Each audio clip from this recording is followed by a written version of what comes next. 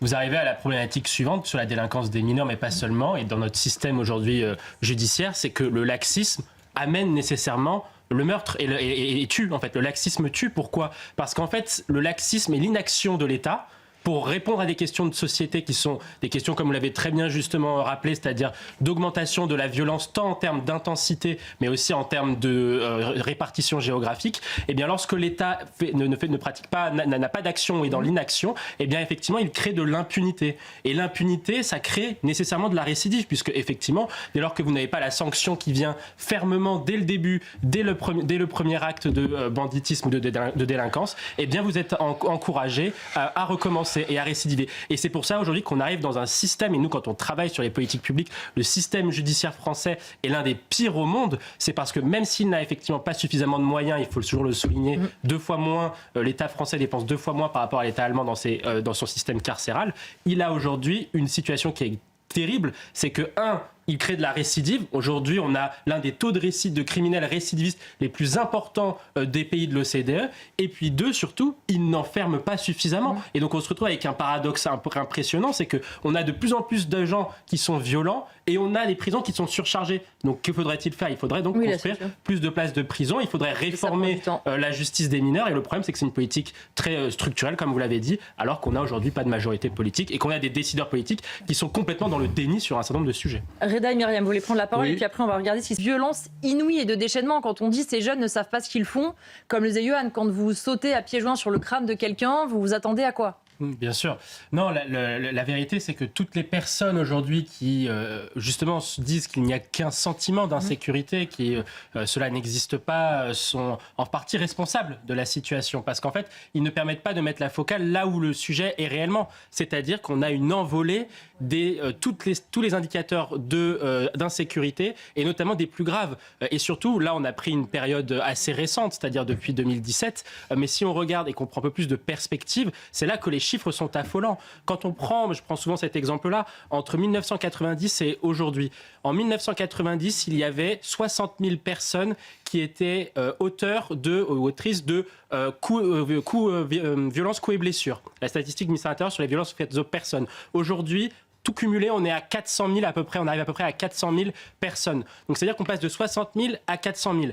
Le problème étant qu'à l'époque, en les années 90, on avait 55 000 places de prison. Donc on avait près une place de prison pour une personne qui portait une violence sur une personne. Or aujourd'hui, le nombre de places de prison n'a quasiment pas augmenté depuis les années 90. Donc il y a bien un problème où le droit et la réponse carcérale n'a pas suivi l'évolution de l'insécurité. Et donc, que ce soit sur la question de la violence des mineurs commise par des mineurs, mais également sur la violence commise par des majeurs, le pays est embourbé non seulement dans une impuissance publique, mais également dans un déni de la part d'un certain nombre de responsables politiques qui ont toujours fait preuve d'angélisme à l'égard des délinquants et à l'égard des mineurs, en cherchant à chaque fois, c'est ce qu'on appelle la culture de l'excuse, une excuse, un motif qui expliquerait pourquoi les personnes sont violentes. Vous parlez d'angélisme politique.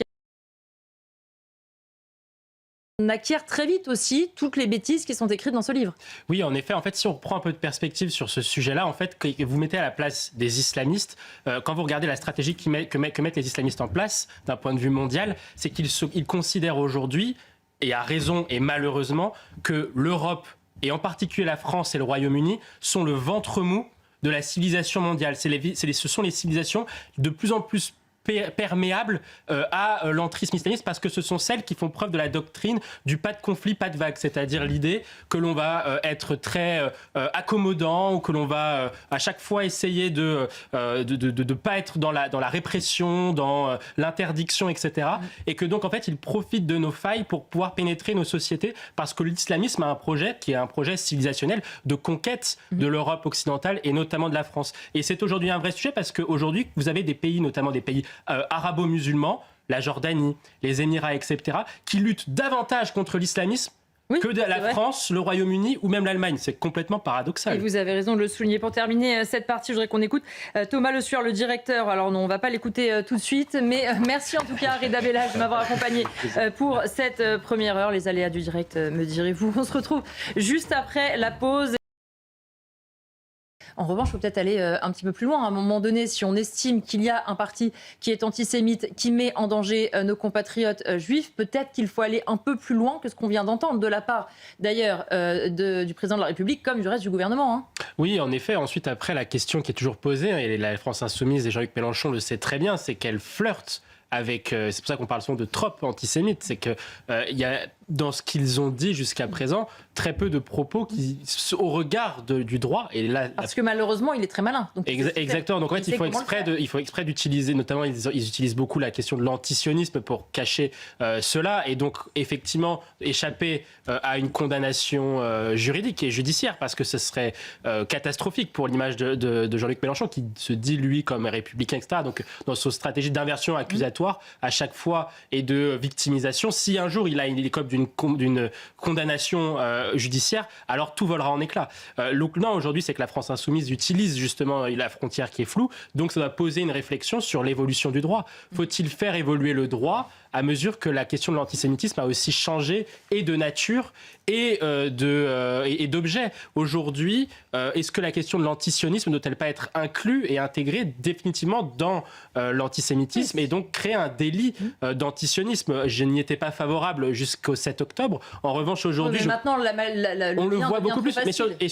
Déjà d'une, et puis de deux, surtout, c'est que toutes les statistiques de l'antisémitisme, même si j'aime pas qu'on parle comme ça, parce qu'en fait, derrière des stats, il y a des vies humaines, mais toutes les statistiques démontrent qu'il y a un lien aujourd'hui net, clair et établi entre antisémitisme et antisionisme. Oui. Il y a plus de 3300 actes antisémites depuis le 7 octobre, donc plus 300%. Donc manifestement, il y a bien un lien. Donc oui, il faudra faire évoluer le droit, et une fois qu'on aura fait évoluer le droit, parce qu'on doit faire comme ça, les propos pourront être condamnés s'ils étaient amenés à être répétés. Justement, Yohann, vous faisiez référence gratuit, du coup. Ouais, ou c'est une réserve pour ne pas justement emprisonner aussi, parce qu'il y a parfois des peut-être... il y a un minimum de barreaux. Non, mais il y a peut-être aussi certains juges, je dis pas, qui peuvent éventuellement prononcer non pas une peine de prison, mais justement sur conseil médical, une injonction de soins, et donc un placement dans un établissement psychiatrique, parce qu'il n'y a pas de place en prison. Et donc c'est là où on se retrouve là où on marche un peu sur la tête, parce qu'en fait, en réalité, on se dit, mais le problème n'est pas notre surpopulation carcérale. Notre problème est notre sous-dotation carcérale. C'est-à-dire que d'un côté, vous n'enfermez pas des gens qui devraient être enfermés, et donc vous utilisez beaucoup de processus, d'alternatives, soit à la peine, soit effectivement vous passez par l'hôpital psychiatrique. Mais aujourd'hui, c'est ça le véritable problème. Et puis il y a une deuxième chose aussi que je voudrais dire sur la psychiatrie, plus globalement, c'est que il y a une vraie problématique de moyens. Alors, je ne suis pas fan des analyses par une manque de moyens, parce que souvent, en règle générale, l'État prélève beaucoup et en réalité dépense très mal. Mais là, en l'occurrence, effectivement, sur la psychiatrie en tant que telle, on avait 120 000 lits en 1970, on n'a plus que 50 000. Donc, il y a un véritable problème sur ce sujet-là. Il faut dire aussi un dernier point, je terminerai dessus, c'est l'enquête qu'avait fait Marianne. C'est qu'aussi une partie de la psychiatrie dans notre pays est saturée par l'immigration. Ça aussi, c'est un véritable sujet et un véritable tabou qui n'a jamais été dit sur ce sujet. Et puis ces fameuses